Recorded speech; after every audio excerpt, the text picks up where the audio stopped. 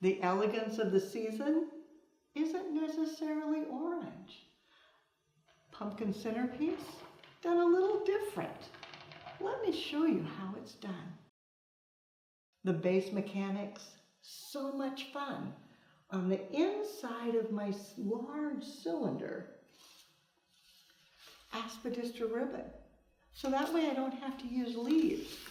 Isn't that fabulous? So it just tucked around, then wet floral foam, pre-soaked with flower food, then using a candle hurricane nestled in to secure it, a little bit of Oasis floral adhesive right at that point of joining.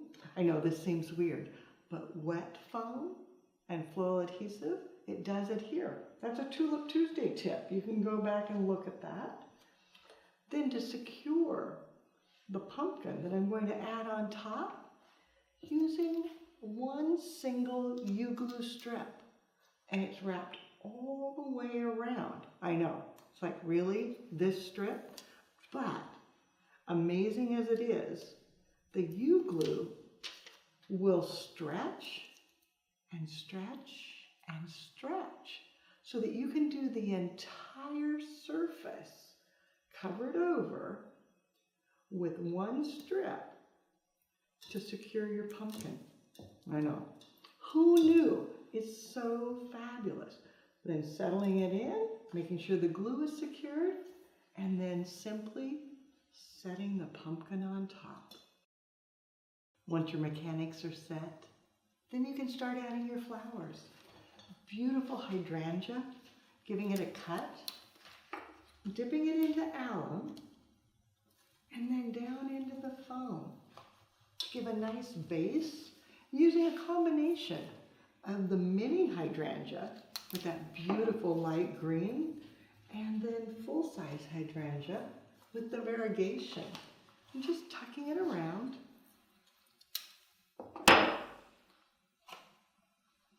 And then adding in some green trick for that depth of color.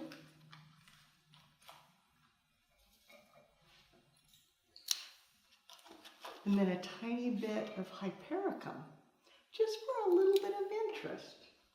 And then continue that around, front to back. Designing in layers gives you so much interest. So yes, this is beautiful with the base, but how much fun to go back and add taller flowers. So this is the veggie rose. It's a newer variety that's available to us. I'm bringing it up and it come a little higher, and then shadowing one behind to combine that color from top to bottom. Maybe the anthurium.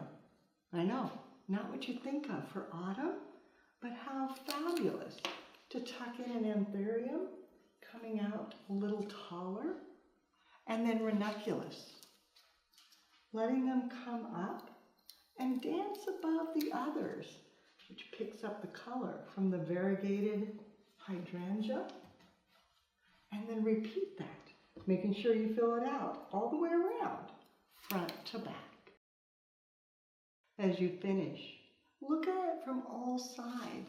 Make sure that you fill out the front, the back, and both sides, letting the ranunculus come out and dance, leaving them longer so that they extend and add a little bit of movement.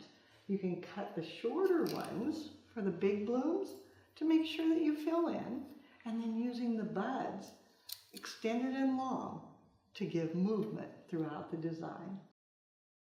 The recipe, we started with the hydrangea, and we used 2 of the variegated, the beautiful full size, and then 5 of the smaller mini hydrangea. To fill it in, green trick, 7 blooms, and the carnation, 7 blooms.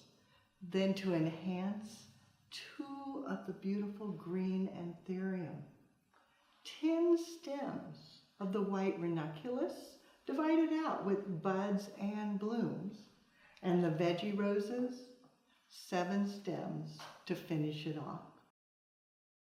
The autumn season has so much opportunity, and it doesn't mean it's all orange. You'll find more creative inspiration on the website, flowerschool.com. If you have questions, you can reach us through there. But now it's your turn. What are you going to create using alternative colors for the autumn season? Be sure to take a picture, post it on social media, and hashtag Floral Design Institute.